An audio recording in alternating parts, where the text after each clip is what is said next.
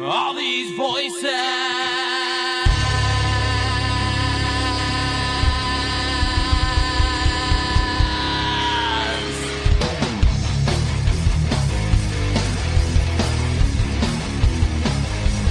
All these voices.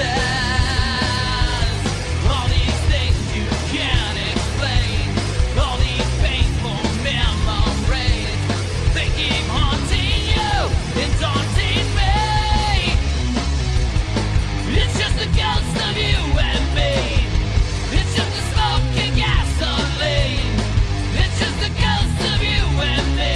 Of you and me. Hello everyone, and welcome to another episode of Staring into the Abyss. I am your host, horror author James Hershey Jr., and with me as always, my co-host, old boy James Ash. How you doing, brother?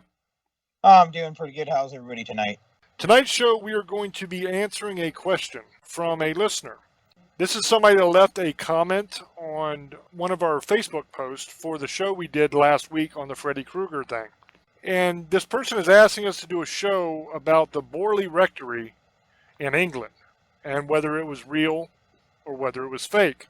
So that's what we're going to do tonight. I got a bunch of information about this place, and I'm going to go through all of it, and we're going to kind of discuss it and see what we can figure out. So for those who don't know what the Borley Rectory was, it was a house that was called the most haunted house in England at one time. It was described that way by a psychic researcher named Harry Price. That's where it got that reputation as being the most haunted house in England. It was built in 1862 to go along with the parish of the Borle family. It was badly damaged in a fire in 1939, and they ended up tearing it down in 1944. It is located in Essex, England, and it's it was a large Gothic-style rectory in the village of Borle. And supposedly it was haunted since like day one when they built it. There were a lot of different reports of different hauntings and different activity that was going on throughout the entire time. But in 1929, the reports skyrocketed. And the Daily Mirror published an account of the visit by Harry Price, who was the psychic paranormal researcher. This dude also wrote 2 books about the Borley Rectory and all the activity that happened there. Now, all of this publicity and his books and all the hoopla ended up causing a formal study to be conducted of the site by the Society for Psychical Research, the SPR. And their findings actually rejected the majority of the sightings as either imagined or flat out fabricated. And they even cast doubt on Price's credibility overall. Now, this has been looked at by a bunch of different people in the field that study these kind of things. And the general consensus is that Price's claims have been discredited. Now, neither the SPR's report nor the more recent biography that was done on Price has stopped the public from being interested in this. This is still a legendary status thing. Okay, people still look at this as one of the most haunted places that ever existed. So the question is, was it? Or was it BS? Well, I think the way to do this is to kind of go all the way back. Let's look at it from the beginning and kind of go through some of the different sightings that were there and some of the different accounts. And once we get through with everything, we'll kind of be able to judge it all and see what we think.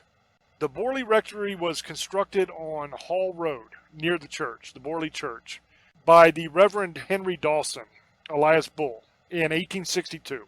He moved into it a year after he was named the rector of the parish. Now, the house replaced an earlier rectory that was on the site that had been destroyed by fire in 1841. They eventually enlarged it by adding an addition wing to the house to kind of accommodate Bull's family, which had like 14 children. Now, the church serves a rural community that is made up of 3 separate hamlets. That's what makes up the parish. There are multiple large farmhouses and the remains of Borley Hall there. And that was, at one time, was where the Waldegrave family resided. Now, a lot of the historians and a lot of the people that believe that this is a very haunted site, they all talk about this legend of the Benedictine monastery that was supposedly built in this area around 1362. According to this legend, a monk from the monastery had an affair with a nun from a convent that was nearby. Now, this affair went on for a while in secret, but eventually it was discovered. They found out what was going on. Now, once the people found out, they were not very pleased because you're talking about a monk and a nun. They're not supposed to be doing this kind of stuff. So the monk ended up being executed, and the nun had a way worse fate. They bricked her up alive inside the convent walls. Now, that's what the legend states. In 1938, it was proven that this legend had absolutely no historical basis. And they think that it was actually made up by the rector's children as a way to kind of romanticize the rectory, because it was all Gothic looking and everything, and it was a legend that kind of sprung up from the way the place looked and the aura of the place. So it never actually happened. The first paranormal events that occurred there occurred in 1863. A few of the locals reported having heard unexplained footsteps within the house. On July 28, 1900, 4 of the daughters of Henry Dawson Ellis Bull saw what they thought was a ghost of a nun at twilight, around 40 yards from their house. They tried to talk to the nun, but supposedly it disappeared when they got closer to it. The local organist, Ernest Ambrose, said that the family at the rectory were, quote, very convinced that they had seen an apparition on several occasions, end quote. Now, you've also had various people claiming to have witnessed a large variety of different things, different paranormal incidents, let's call them. You had things like a phantom coach that was driven by 2 headless horsemen, supposedly. Now, this took place over the next 4 decades. You had different reports of different kinds of paranormal phenomena going on. There were people that said they saw ghosts. There were people that said they saw a nun. There were people that said that they saw the headless horseman coach. There were people that said that they heard footsteps and saw all sorts of things. Now, Bull died in 1892, and his son, who was also a reverend, Henry Foister Bull, they called him Harry, he took over the place. On June 9th, 1927, Harry Bull died, and the rectory became vacant. Nobody was there anymore. In the following year, on October 2nd, the Reverend Guy Eric Smith and his wife moved into the house. Now, not too long after they moved in, Smith's wife was cleaning out a cupboard, and she came across a brown paper package that contained the skull of a young woman. Now, shortly after that, the family started reporting a bunch of different weird things taking place at the house. They reported hearing sounds of servant bells ringing, even though the bells themselves were disconnected. They reported lights appearing in the windows when nobody was there. And they reported unexplained footsteps all over the house. Also, Smith's wife believed that she saw a horse-drawn carriage that would pass by at night. Now, it was the Smiths that contacted the Daily Mirror, and they asked to be put in touch with the Society for Psychical Research, the SPR. So on June 10th, 1929, the newspaper, the Daily Mirror, sent a reporter to the house. And the reporter wrote a series of articles detailing all the weird stuff that was going on there. Now, the paper also arranged for Harry Price, the paranormal researcher guy, the psychic that I was talking about earlier. They arranged for him to come to the house and check it out. So on June 12th, he shows up. And almost immediately after he gets there, a whole bunch of weird paranormal stuff starts happening. But the weird thing about it was stuff that had never happened before in all the time that the house had been there. You had rocks being thrown. You had vases and other objects being thrown and breaking. You had spirit messages that were being tapped on the frame of the mirror. bunch of stuff like that was going on that had never happened the entire time the place had been there. Nobody had ever reported it. As soon as he gets there, all this stuff supposedly starts. Now, as soon as Price leaves, all of those things stop. So you no longer have rocks being thrown. You no longer have any objects being thrown. There's no more tapping on the mirrors. None of that happens anymore after he leaves. Now, Smith's wife later said that she had suspected that Price was actually falsifying that phenomena. So she thought that Price was making it up. He was the one doing it. It wasn't real paranormal stuff that was going on. It was him faking it, so to speak. Now, I'm speaking, when I say that, of the new phenomena that happened once he got there, not the original phenomena that they had witnessed. So the Smiths left the Borley house on July 14th, 1929. And so the parish had to replace them with somebody. But they had a lot of trouble finding anybody that would replace them, that would actually go there and live. Nobody wanted to do it. So the following year, the Reverend Lionel Algernon Foister, a first cousin of the Bulls, and his wife Mary Ann, they moved into the rectory. Now they brought their adopted daughter, Adelaide. October 16, 1930 is when she showed up. So Lionel Foister wrote an account of a bunch of different strange incidents that occurred between the time the Foisters moved in and October of 1935. And he sent all of that to Harry Price, the paranormal researcher that was faking the phenomena there before. Now this included bell ringing, window shattering, throwing of stones and bottles, wall writing, and locking the daughter in a room that had no key to open the door.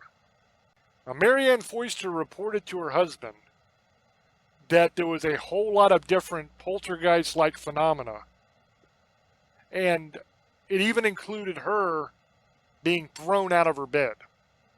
On one occasion, Adelaide was attacked by, quote, something horrible, end quote.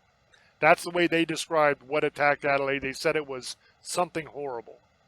So Foister tried on 2 separate occasions to conduct an exorcism, but it did no good. In the middle of the first exorcism, he was struck in the shoulder by a stone that was the size of a man's fist. Now, because of the publicity that the Daily Mirror had brought to the situation, these incidents attracted the attention of multiple psychic researchers. Now, they came in and they investigated everything that was going on. Their ruling on it was unanimous. They said that they suspected that these events were caused either consciously or unconsciously by Mary Ann Foister. Now, she later said that she felt that some of those incidents were caused by her husband, who was working with one of the psychic researchers. But some of the other events appeared to be genuine paranormal phenomena. So this is getting very convoluted and confusing, because you have stuff being faked, you have genuine phenomena going on, and you have everybody pointing a finger at everybody else, saying you're faking it, no, you're faking it. Now, to add to all that confusion, Mary Ann Foister later admitted that she was having a sexual relationship with Frank Peerless, who was a lodger there. And she used the paranormal explanations to cover up her affair. So some of the noises that were heard weren't paranormal at all. They were her getting down with this dude. So the Foyers left the Borley house in October of 1935 because Lionel Foister got very, very sick. So the Borley house remained vacant for a good amount of time after the Foisters left. In May of 1937, Price took out a year-long rental agreement with Queen Anne's Bounty, who were the owners of the property. Now, through an advertisement in the Times on May 25th, 1937, and multiple personal interviews, Price recruited a corps of 48 official observers. Now, most of these were students who spent periods of time, usually during the weekends, at the house, and they were instructed to report any paranormal phenomena that happened, anything they saw.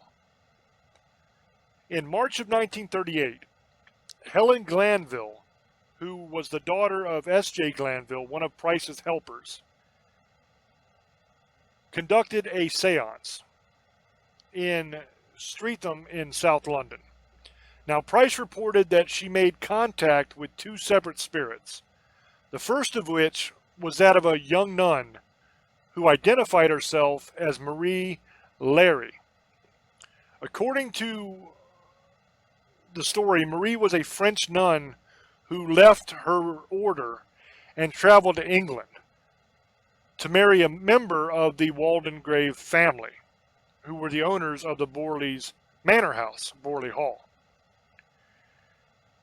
Now, supposedly she was murdered in an older building on the site of the rectory, and her body was either buried in a cellar or thrown into the well.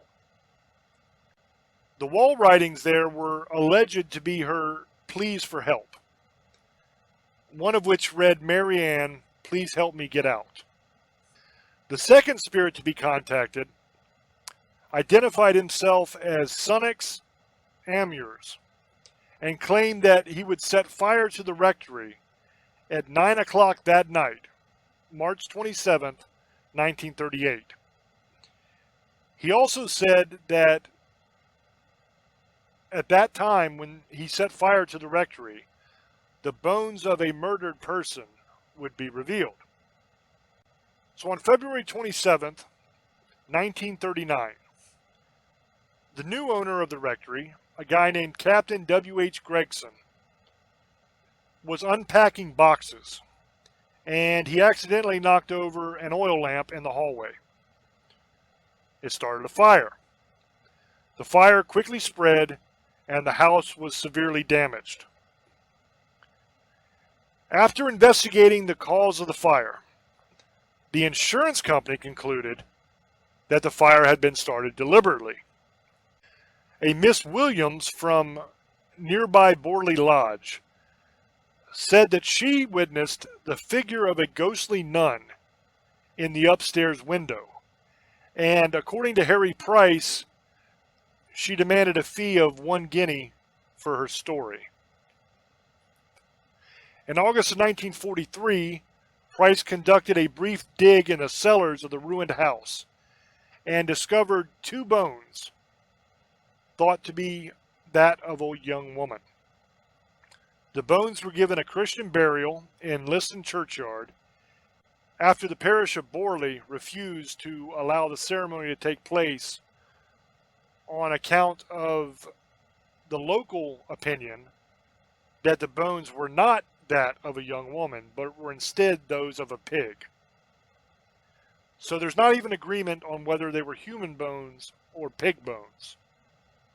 So after Price's death in 1948, a reporter for the Daily Mail named Charles Sutton accused him of faking all of the paranormal phenomena that he claimed happened.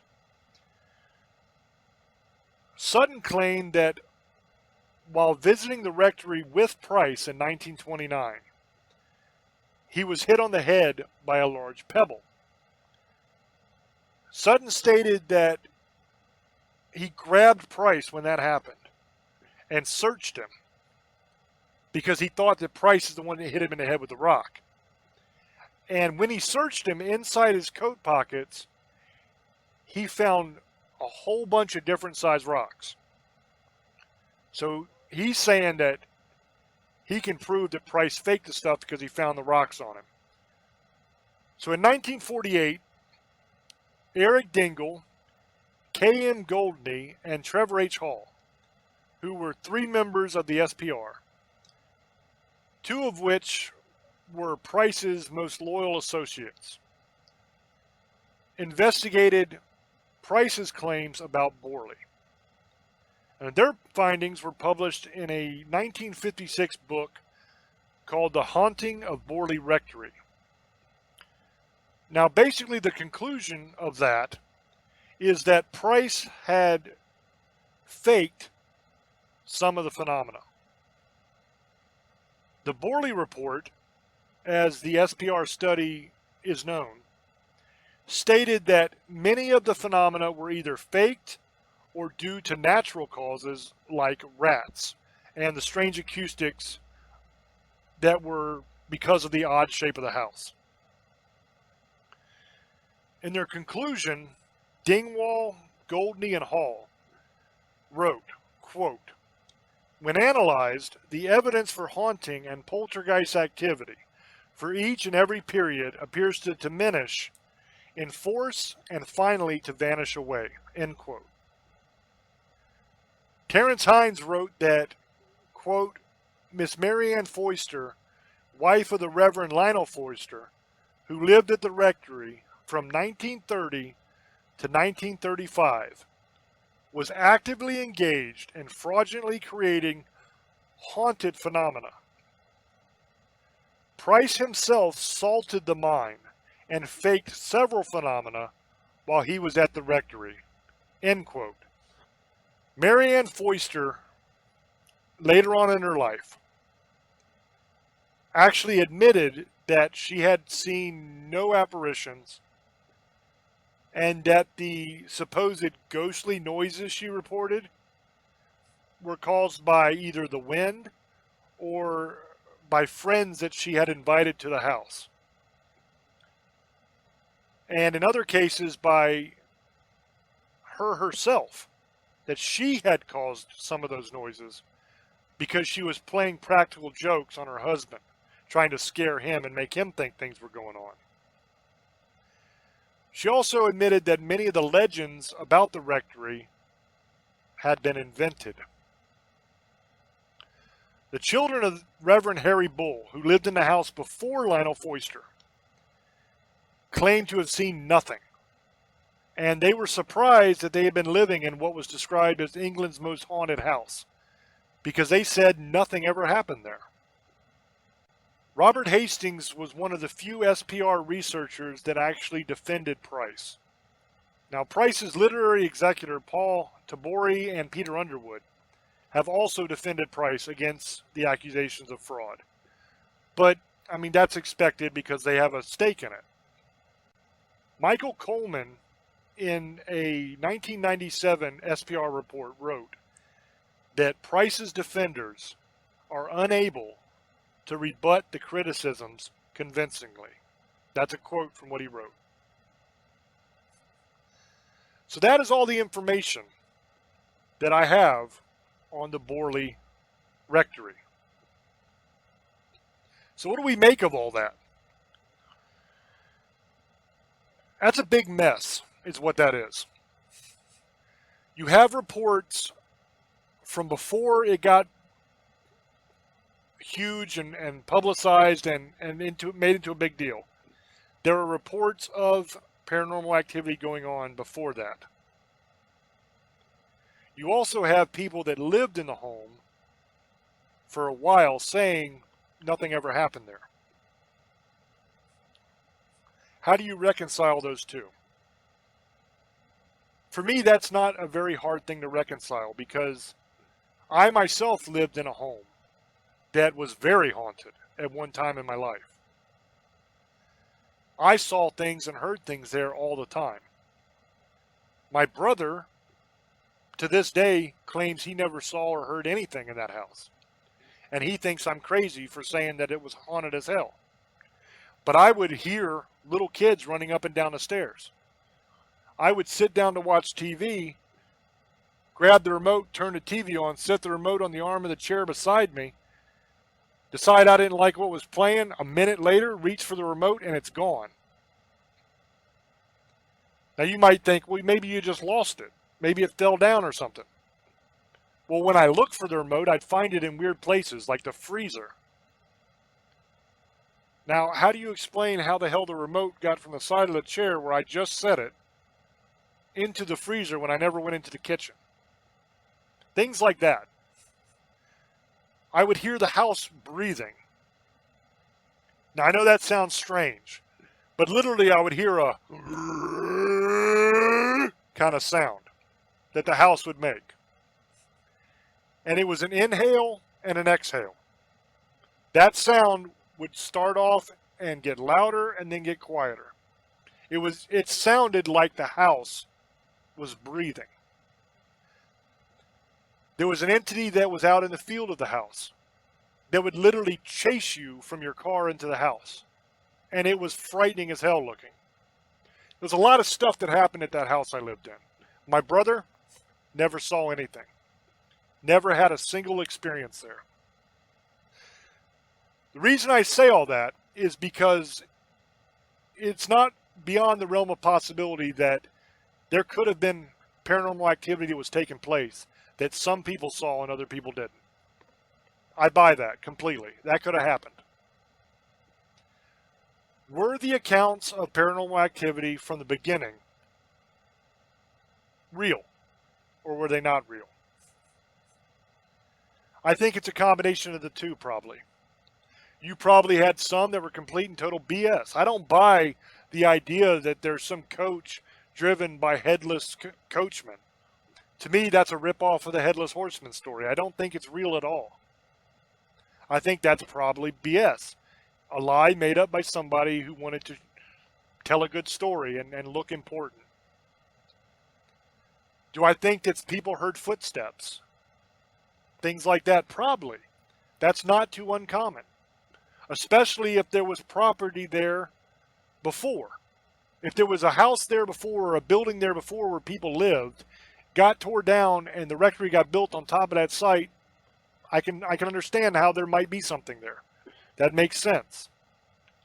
As far as price goes, I think it's pretty clear that that dude was full of crap. He was faking everything that was going on.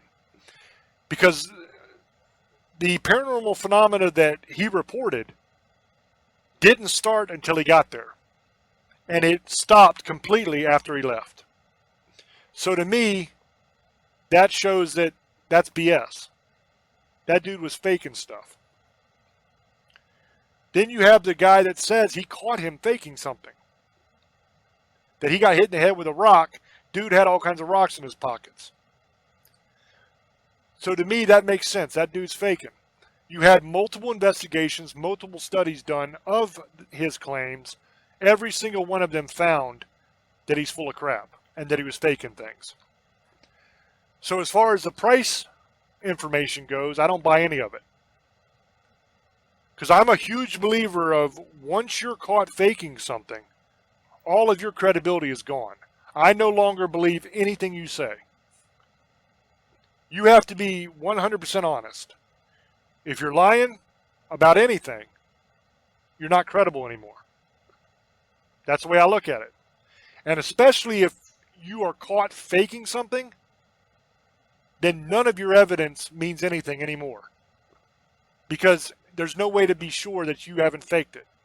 Because it's already proven that you will fake it. So all the price evidence, all the price claims, I throw those right in the garbage. I don't think they're worth anything.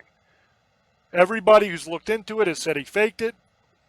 So I say he faked it as well. That's what it looks like to me. So, was the Borley Rectory actually haunted? I don't know. I would say probably. There was probably something there. Because you had multiple accounts going back all the way from when it was first built until it was torn down. Multiple people had experiences there and said they saw things. So was there some sort of paranormal things happening? Probably, yeah. I would say yes. Most likely something paranormal was taking place there. Was it the most haunted place in England? I don't think there's a snowball's chance in hell that's true. I think that claim is based on the fake stuff that Price was doing. I don't buy that that's the most haunted spot in England. I just don't buy it. Because if it was, you wouldn't have people who lived there that said, dude, nothing happens here. This is all BS. If some place is that bad, that haunted, that it's the most haunted place in England, I think everybody's going to experience something that goes there. But that's not the case here. So my ruling on it, and the answer to the question by the listener, I think that there probably is, and probably was, some paranormal stuff happening. I don't think that it was the most haunted place in England. I think that's completely false. And I think the hype and the legend around it, the reputation that it has, is not deserved. I don't think that that is based on reality at all. I think that is based on a bunch of fake stuff that everybody who's looked into it has said that Price was faking it. So in summation, is it haunted? Maybe. Has paranormal things happened there? Probably. Is it the most haunted place in England? No. Is it this next level crazy place? It's so bad and it's this, oh my God, you got to go there because it's amazing? No. No. If it's anything, it's probably got some low-level paranormal activity. It's got footsteps. You might see an apparition once in a while. Everything that would make it dangerous, like things being thrown and all that kind of stuff, was proven to be fake. So all you really have is stories about somebody hearing footsteps, hearing voices, hearing different sounds in the house. You have a few people that claim they saw a nun, the ghostly image of a nun. But I don't even know if that's true, because that might be based on the original legend of the place, which wasn't true. There never was a nun that was walled up in the walls there. That was all BS. So the stories of those sightings of the ghostly nun are probably based on that legend, which isn't true. So if the legend isn't true, how could there be a ghostly nun that they're seeing there? They're not. They're making it up. So this one's a mixed bag, because I both think it's true and not true. I think there are paranormal things that happen there probably, but I think they're low-level things. And I think the overwhelming majority of all of this legend is BS. It's all based on a bunch of fakery. I mean, that's really the bottom line. So I'm going to throw over to Old Boy and get his opinion on this and see what he has to say. Thank you, buddy. I kind of agree with you. I think Price is full of crap. I think he was doing it to make money. The Borley place, I think, is probably has some paranormal stuff going on there. I mean, I wouldn't doubt that. That's probably there's probably truth to that. Like, I agree with James on this. It sounds like they were trying to make money off it. The most haunted place in England, not even close. Not even close. You know, they're come on, where Big Ben is in London, it's supposed to be the haunted places. There's supposed to be stuff that's happened underground there and all kinds of stuff. Oh, there's all kinds of places in England it's haunted, but this place is not even close. It just seems like what happened is you had a few things go on, and they just built it up like a lot of people do. A lot of things are exaggerated, and places are supposed to be so haunted, and they're really not. Because, you know, Ghost Adventures or all these other ghost shows go on there and say they are, and sometimes they're not. They get caught lying, and I'm not saying they all lie, but some of these places lie. They try to sell. It's going to make money, man. You'll go there. So you'll pay to go see if there's something haunted there, or you'll, $50 to go, hey, I'm going to see if there's any ghost here. It happens. So I think the whole price story, like James was saying, I think that was coming to find out was sleeping with people. It seems like a joke to me. But I believe it was probably haunted some places. I believe some of that, the nun thing, I don't believe. I think, or maybe it did. Because like James was saying, I'm going to get into something he was saying. It was interesting. He said he would hear his house breathe and he'd see things and his brother didn't. Well, I'm going to get on that in a minute. I believe James on that because I think people are more sensitive than others, or some people just don't care. If they are sensitive, or they just ignore it and act like it's not there because they don't want to know it's there. I think that's what happens in that with this, and it doesn't mean that there isn't anything there because somebody's seen something and somebody else doesn't. Either the thing wants to mess with you, and it could be, or you could be lying. There's always that possibility. But at my house, at my old house, at my parents' house, I'm gonna give you guys a story. I used to have we used to get a Christmas tree, and we had a big house. We could get a 10-foot tree. My mom would get one, 10, 11 feet. I'm not joking. Big ass tree, guys. And she'd put this angel on top. Well, I swear this thing would move and watch me. And we would catch it. It would move. And I know we wouldn't move it. We'd move it a certain way, and we started doing it for purpose, and it would move, and it would watch me, and it moved different ways. And I told my mom that I used to think something watched me in my room. Because something at night, I'd feel like I was being watched.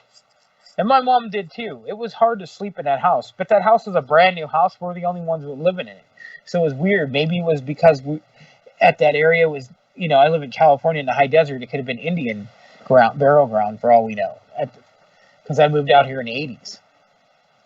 So I would have all this weird stuff happen, and no one believed me. And now, I'm actually into this stuff. I see it all the time. I still have things. I always feel like there's something watching me. And we've done shows, and James has told me recently that he can hear whispering. And we even have it recording while I'm doing the show. It might even happen tonight. There's something whispers and messes with us. And I believe that. I believe James probably did have something messing because he's attuned to this stuff. So that was something was getting his attention, like finding the controller in the freezer. I've had that happen. I swear I've put stuff, and I knew I did, and it would be somewhere opposite where I put it. It was crazy. Like I had a controller one time, like he did, and I knew I put it on the bed, and I saw myself do it. I found it in another room, and no one was home, and I wasn't even in that room, so I know it wasn't me. At my old apartment, we used to have the Hat Man. I've seen him numerous times. And I seen it, that's how I finally realized ghosts were real, when I seen this thing numerous times at my house.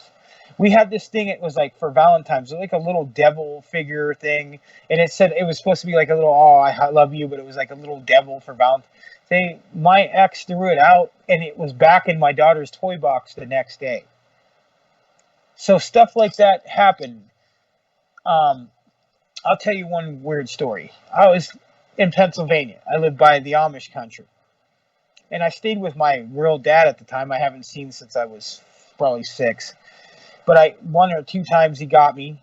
He lived by this cornfield. Well, there used to be this haunted house. It was made into a house, but a company had it. And then they went out of business. But there used to be like this dark cellar. And no one went down there. Even my dad wouldn't go down there. And I would go in there, and there's pictures everywhere. It was just a weird house. But it was over hundreds of years old. One night, people were walking. I think it was during the summertime. We heard somebody in there. Because people would go in there and play around. And they lit the whole place on fire. Somebody lit it on fire. We could hear them. But we could hear them screaming, and they disappeared. Well, the police went down there, and they put out the fire, and they found nothing and no one. But we all heard it. My aunt and the crazy thing, my aunt was there. I guess for some reason she knew somebody was dating somebody. Like there was 20, 30 people around, and we all heard the same thing. Didn't find nothing. Everything was burnt almost, except down in that cellar. And they said that no, they didn't even want to go down in that cellar, but they finally did. And they said that they see footprints went to nowhere. It was weird. No body, nothing. We still wouldn't go down there. But I swear there was something in there. We all knew there was. But they never found anything. It was crazy. So what they think is what happened is some kids got in there, lit it on fire. And, arson, back in the day, that it was like probably 82, 83, I think. Back in the day, there was a lot of dumb kids. I don't think that's what happened. I think somebody went in there to mess around to do that, and they died in there, or something got them. Because I always felt in that cellar there was something there watching me. And I've always had this ability to feel that. I have it all the time, that something watches me. So I'm glad James brought that whole story up, because this story I really don't know a lot about. I know a little bit. I read a little bit about it. And James pretty much went through the history. And I have my opinions. I think it's majority bogus, but I believe there's probably paranormal stuff, and it's been exaggerated to make money, so people will go and see if it's haunted or not. Of course, that always happens. But going back to what we were talking about, is I believe James on that house breathing. That's kind of weird. That's a whole different one. I've never heard that one. So with the house breathing, I've never heard the house breathing. I've heard voices. One time I had my friend stay the night, and we were probably like 17, 18. He was probably a little younger, like 17. And one night we were out sitting in my room. My parents has a big house. They added the garage and now the room. We were watching movies and stuff, and we could hear scratching. It was weird, and we heard it like something scratching like metal. Well, we were young. We ran in the room and shut the door. It was just me and my friend. He stayed the night, and my parents were asleep. I think my mom and dad were sleeping. We just went right in the room and we pretended we didn't hear it. But we swear we heard it. And like the rest of the night, it was hard to go to sleep because we would hear things outside of my house or on top of the roof. It was weird. Weird. And my cats would act strange and do things at night. And I think the place was haunted. And I don't know what from, because like I said, it was a brand new house at the time. And only my parents have lived there. No one's died there. No one passed away. It's just maybe it was built a long time ago. It was built on land that was haunted. Because I lived by the old George Air Force Base. It closed down years ago in the 80s and 90s. And they say it's haunted there, like the mental ward in the hospital there. It's one of the most haunted places in California. And then they said there was testing being done in the 40s and 50s and the 30s. So a lot of things have happened, especially in this desert. A lot of people have been killed. The mafia used to drop bodies here. It's known, and back in the day, they said there's a thing about the desert. If the dead stood up, there'd be more dead people than living. I don't know about that now because we've grown with hundreds of thousands of people, but there's a lot of people who've been killed in this desert and all over the San Bernardino Mountains, and it's known. And we all know that. It's just we don't talk about it. I've had friends murdered. I've had friends disappear and then never seen again. I've had people killed over dumb stuff. Drugs, especially drugs, because this is one of the worst meth places in the country. I think it's number 2 or 3 at one time. This is where a lot of the meth and marijuana come through. Because I'm literally a couple hours away from the Mexican border. And I'm a couple hours away from Las Vegas and Arizona borders. So I don't really have a lot to say. I just wanted to say that. I kind of agree with James. I don't really believe it, except I believe it is haunted. But I think it's been exaggerated. Not the hauntedest place in England. I don't believe that at all. I don't think there's really, you could say there's one. There's a lot of places in England, in Europe, it's haunted, especially in England. But I wouldn't say that's the most haunted, especially there. I think it's the most exaggerated. I will say that. I think it's sad that they're using this to make money. But, hey, people do it. So that's all I got to say, brother. There you go. Yeah, that house that I lived in was next level haunted. And the crazy thing is, nobody knows about the place. It's not like a tourist spot where people pay to go and all that kind of stuff. It's not famous at all. We moved into the place when we first moved back to Virginia. And what I'm going to do is next week's show, we're going to make that show about that house and different experiences we've had. Because there's a whole history to that house that multiple crazy, crazy tragedies took place there. And so many different experiences and just absolutely horrifying things happened. And there's some really, really amazing stories and amazing phenomena that took place there while I was there. I want to get into all of that. I want to tell you about all of it. But we're at the end of the show. So there's literally no time to do it right now because it's going to take a little bit of time. So what we'll do is next week, that's what we'll do for the episode. And I'll get into all of the different stuff that happened. I'll tell you about my experiences there. I'll tell you about the history of the house and about the different tragedies that took place in the house and all of that. So that should be a lot of fun. So we'll do that next week.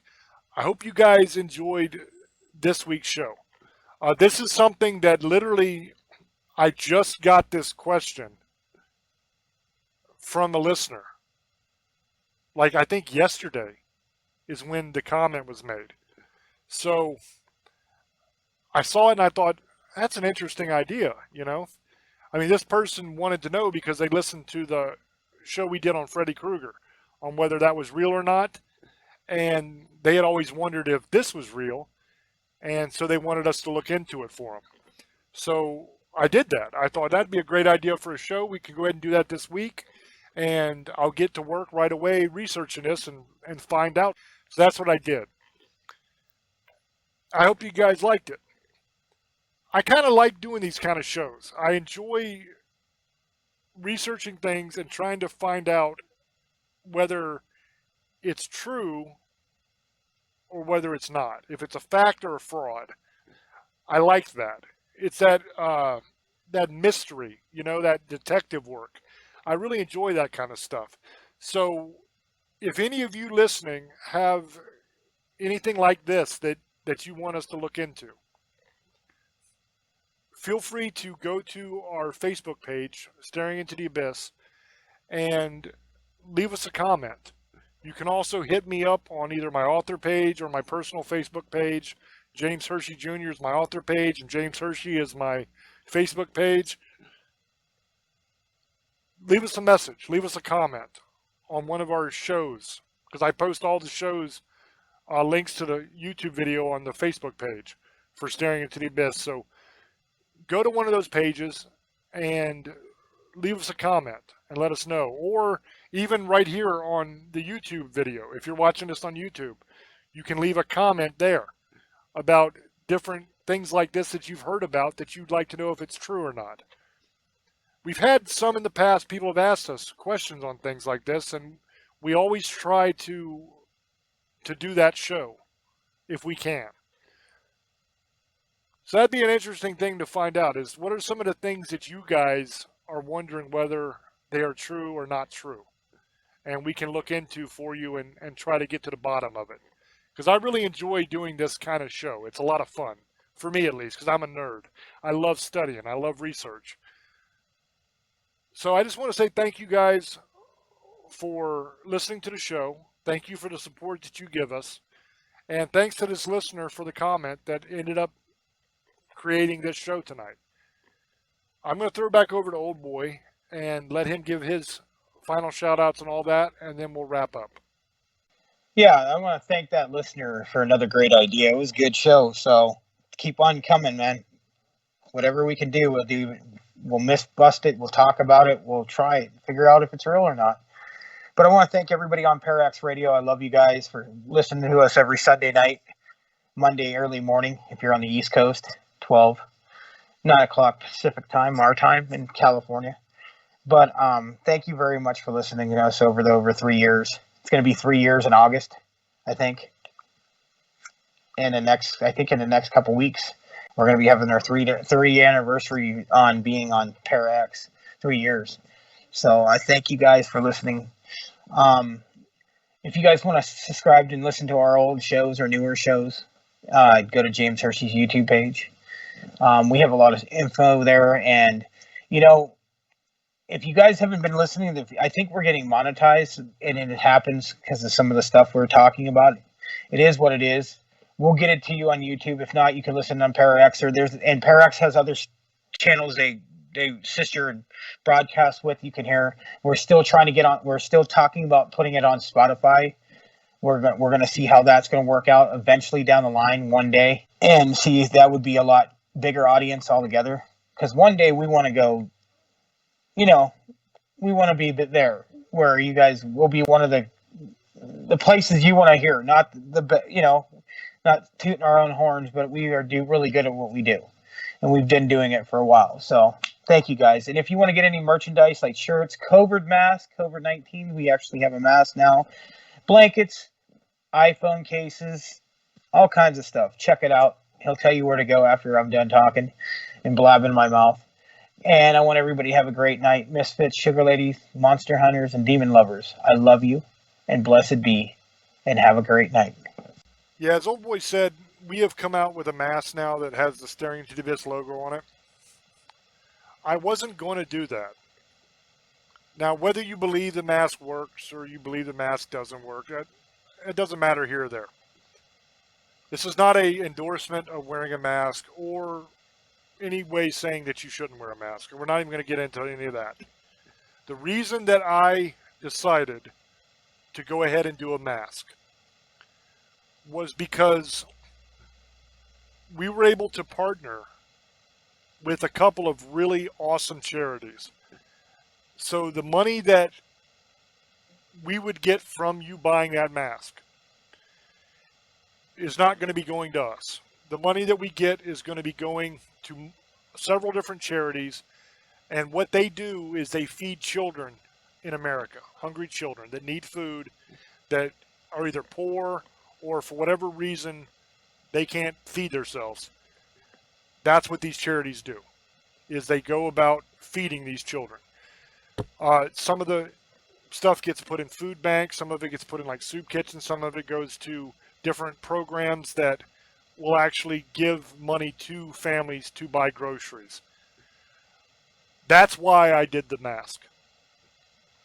Because I saw an opportunity to help some kids. And really it's as simple as that. That's what it is for me. I'm a person that truly believes that we are our brother's keeper. And we should try to do everything in our power to help. I've done a lot of things with the vets. I've done different signings and different appearances and stuff like that for veterans. I've done a lot of things. I'm not going to talk about all the stuff I've done because, frankly, I don't want credit for it. That's not what it's about. But I mean, I've done things where we send truckloads of supplies into the homeless, stuff like that. Those kind of things are amazing. And I had that opportunity with these masks where I could take whatever is made off of them and funnel that money into feeding kids. And to me, that makes it all worthwhile. So whether you believe we should be wearing masks or not wearing masks doesn't really matter. If you want to get some merch and you want to support the show, that is an excellent way to do it. Because we're not getting rich off of it. We're not making anything off these masks. That money is going to the kids to help feed them. And that is a worthy cause. So if you want to show your support, please consider doing it that way. Because that would help out some children. I don't care about making money off the merch. I don't give a damn about it. I care about helping the kids. So with that being said, thank you guys so much for all the love and support you give us. The YouTube channel is youtube.com/James Hershey Jr. That's where you can find all of the old episodes of Staring. They're all there. There's a ton of other stuff there for you as well. All kinds of videos. There's fun stuff. There's entertaining stuff. There's all kinds of paranormal content. There's a lot of cool stuff there. So go and check it out, subscribe, and just enjoy it. It's 100% free. The merchandise store where you can find the masks that we were talking about and all of our other merch is teespring.com/stores/staring into the abyss. That's teespring.com/stores with an S on the end /staring into the abyss. That's where all of that merch is. That's where the masks are. That's where the t-shirts are, everything else. Thank you, thank you, thank you for just hanging out with us every week. We greatly appreciate that. And I don't take lightly the trust that is put into me by you asking questions like this tonight. That you trust me enough that I will give you the proper answer. I appreciate that. Believe me, I don't take that lightly. So with that being said, thank you guys again. I love you. And until we speak to you again, love many, trust few, and do harm to none. God loves you, and so do we. Bye-bye.